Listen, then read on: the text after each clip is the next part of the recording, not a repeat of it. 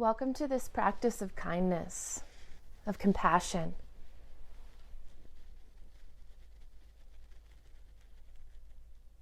Metta is a word that means goodwill or loving kindness. And it involves an active or invested interest in the well-being of others. So it's a kindness that is not detached or indifferent, but is very active and engaged. Bhavana is a word that means to cultivate. And this word involves really replacing attitudes of ill will or animosity or frustration with their opposite, attitudes of kindness, acceptance, goodwill.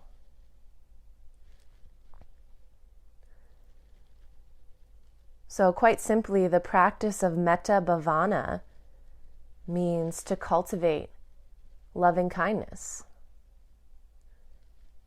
And that's exactly what we'll do in this practice today. So to begin, I invite you to find a comfortable position, making sure that you feel supported and at ease. Allow your shoulders to soften and bring some attention and awareness to the area within and around your heart. You might even gently rest your hands right on top of your chest and allow the warmth, that tender sensation of your own touch, just bring an increased amount of awareness to that area.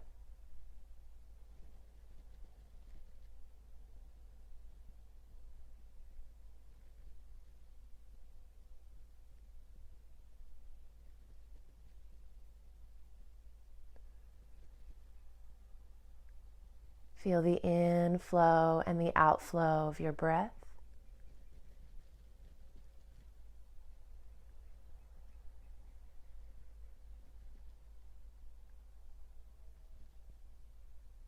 And you might even begin to nourish yourself by deepening your breath just a little bit.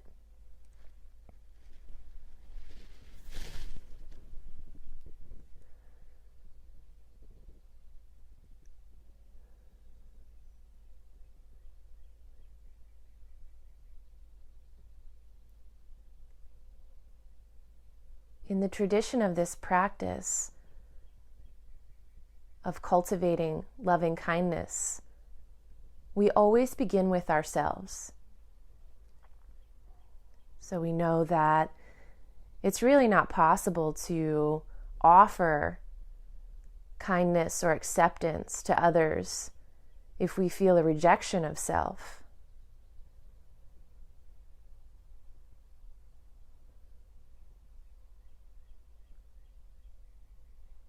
Mahatma Gandhi says, "You yourself, as much as anybody in the entire universe, deserve your love and affection."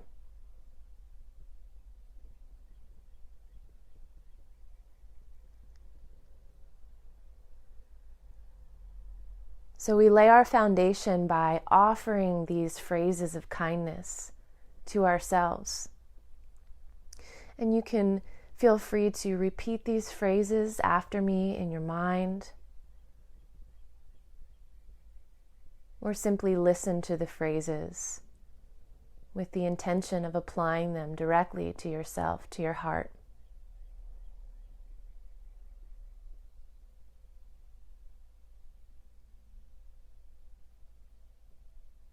So we begin with the phrase, "May I be happy."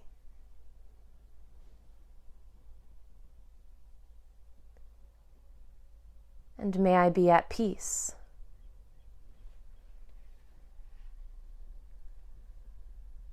May I be free from suffering.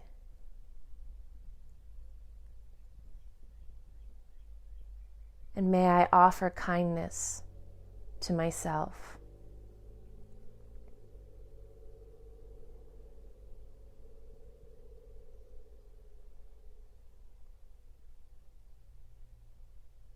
So you feel those phrases and just notice how you respond. It might feel really wonderful, or it might feel a little bit odd to offer yourself such generous compassion. There's no wrong response, but it's wonderful to just pause and notice. So we'll offer them again. May I be happy.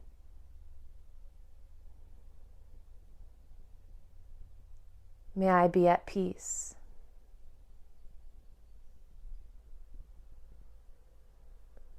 May I be free from suffering.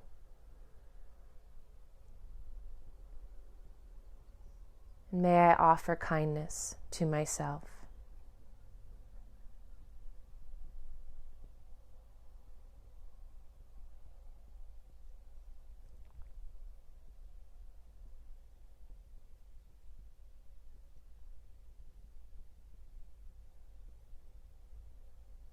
Now that we've offered this kindness to ourselves, the next step in the practice is to turn our awareness to a loved one.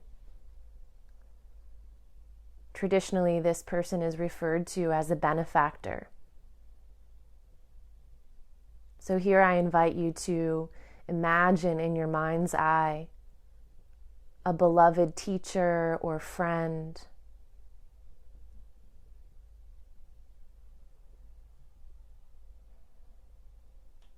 someone who has offered you or maybe even taught you about unconditional compassion and kindness. Someone with whom you feel safe and fully accepted.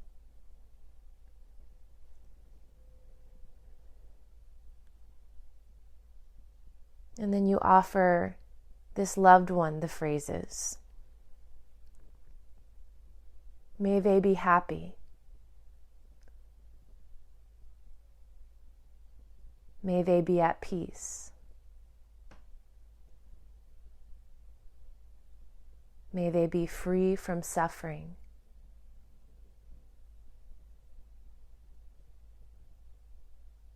May they offer kindness to themselves.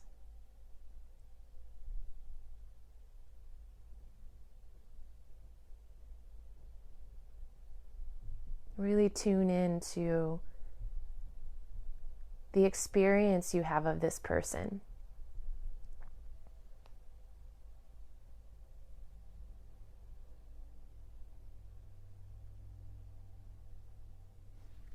Perhaps the way they smell,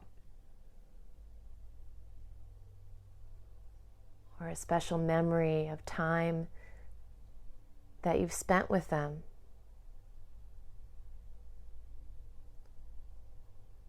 Marcel Proust says, "Let us be grateful to the people who make us happy.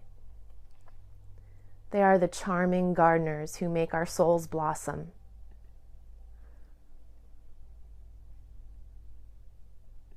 One more time, I invite you to picture and offer the phrases of kindness to that beloved benefactor. May they be happy. May they be at peace. May they be free from suffering. And may they offer kindness to themselves.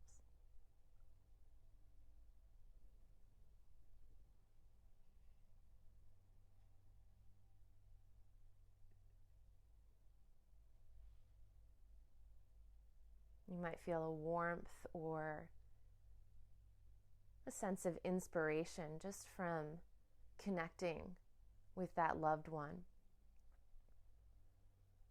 And come back to that. Stay connected to that throughout the rest of this practice.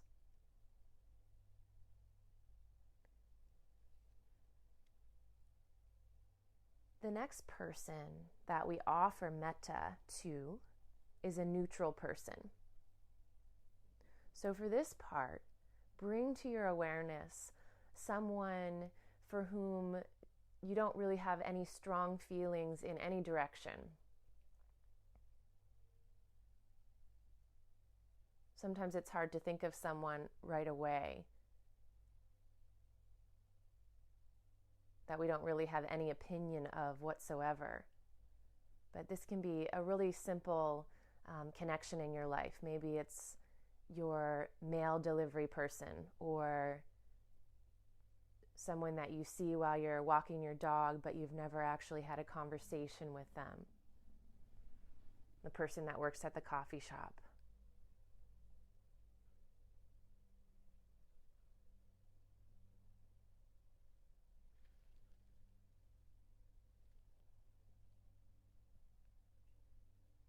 So even though you don't know that or know this person, they also have a desire to be happy, to experience kindness. And it's possible to develop and to cultivate feelings of kindness towards this person, even though you don't know them.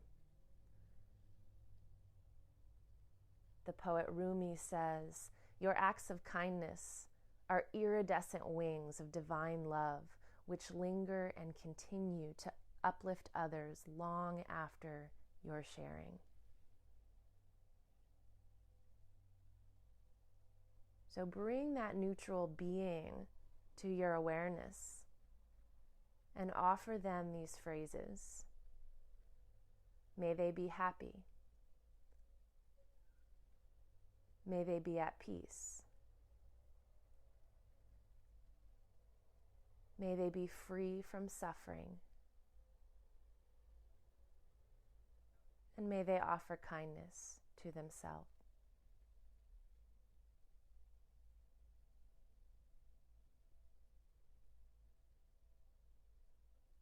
May they be happy.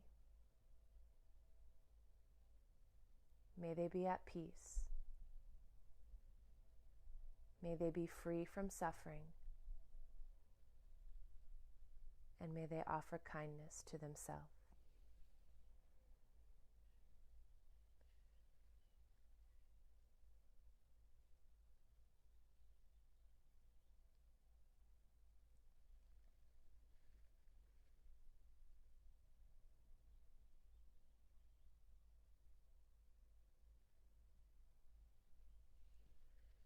In the next portion of the practice, we bring to our awareness a person with whom we've had difficulty.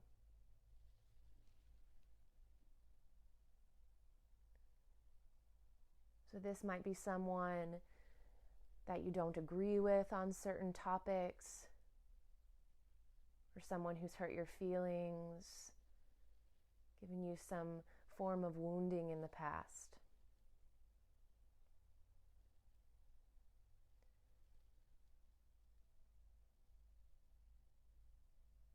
And it might seem difficult to imagine offering these phrases to someone that we've regarded as a difficult person. But this is a really important part of this practice. Because this person who's frustrated us or hurt us in the past already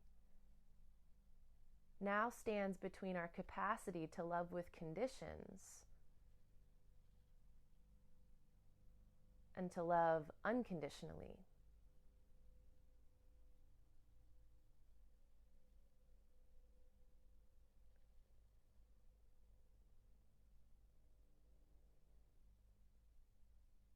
Sharon Salzberg says, "Sometimes we think that to develop an open heart, to be truly loving and compassionate, means that we need to be passive, to allow others to abuse us, to smile and let anyone do what they want with us. Yet this is not what is meant by compassion. Quite the contrary. Compassion is not at all weak. It is the strength that arises out of seeing the true nature of suffering in the world. Compassion allows us to bear witness to that suffering, whether it is in ourselves or others, without fear. It allows us to name injustice without hesitation and to act strongly with all the skill at our disposal. To develop this mind state of compassion is to learn to live, as the Buddha put it, with sympathy for all living beings without exception.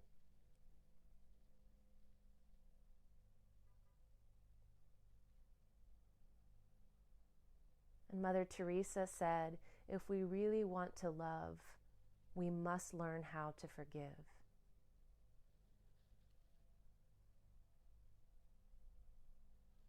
So we offer these phrases to that difficult person. May they be happy. May they be at peace. May they be free from suffering. May they offer kindness to themselves.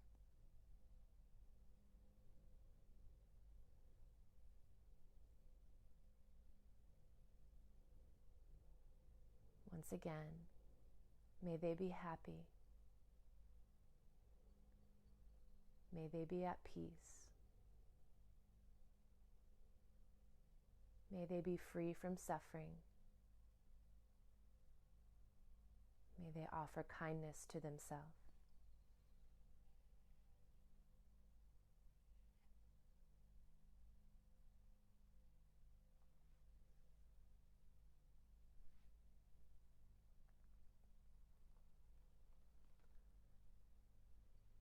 By now, this force of kindness and compassion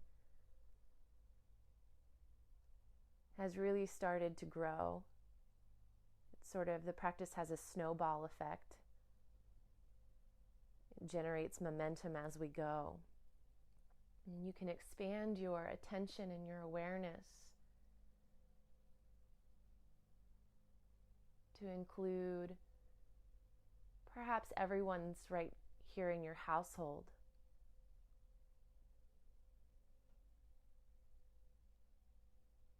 And then allow your awareness, sort of like an energetic bubble, to envelop your whole community, your city or town.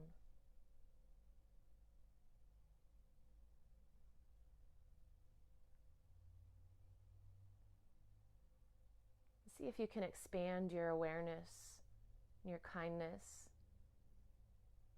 your unconditional compassion to include your whole country.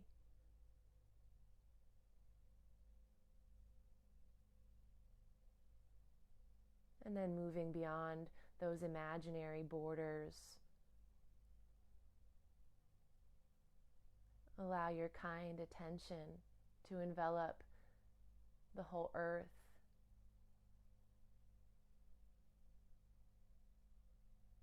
All living beings.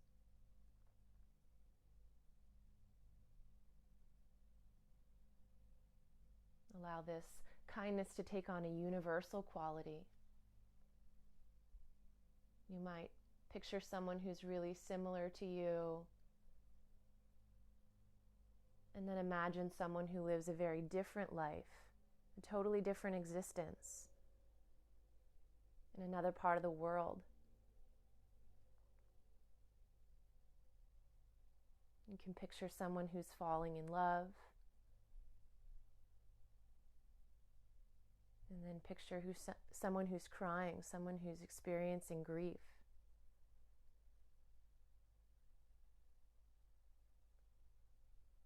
Find in your awareness someone who's experiencing the emotion of joy,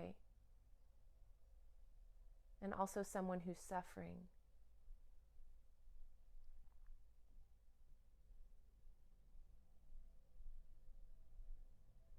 And stay in touch with that force of kindness in your heart. Recognize it as stronger and brighter.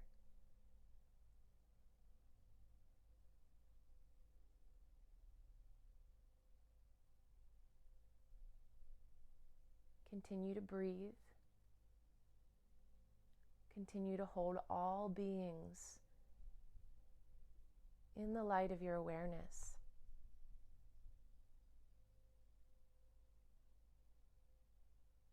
And offer these phrases to all beings. May all beings be happy. May all beings be at peace.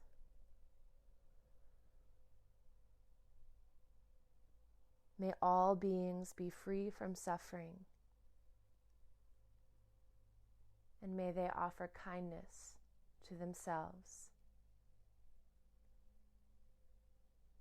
May all beings be happy. May all beings be at peace. May they be free from suffering. May they offer kindness to themselves.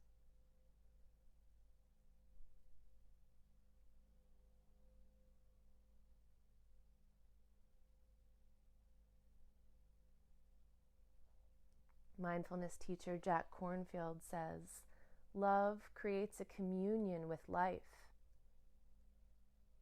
Love expands us, connects us, sweetens us, ennobles us.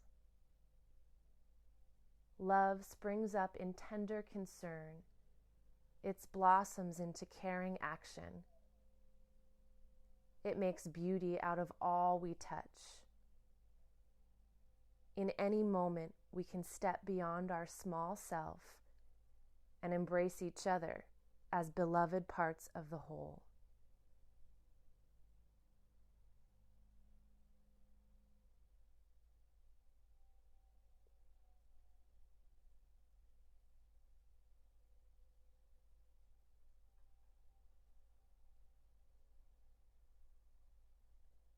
Allow your kindness, that unconditional compassion that you've cultivated, to stay just that big and just that broad. But start to bring your immediate attention back to your physical body. Perhaps your hands are still resting on your heart. Just sense its beating. Sense your breath again flowing in and traveling back out.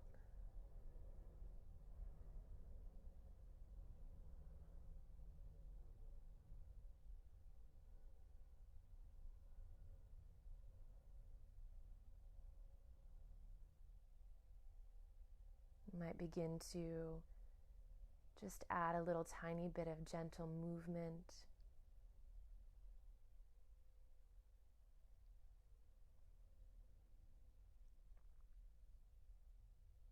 Coming back slowly and bringing this kindness, this force of compassion with you into the rest of your day or into your evening, not losing touch with that light of awareness that you've cultivated.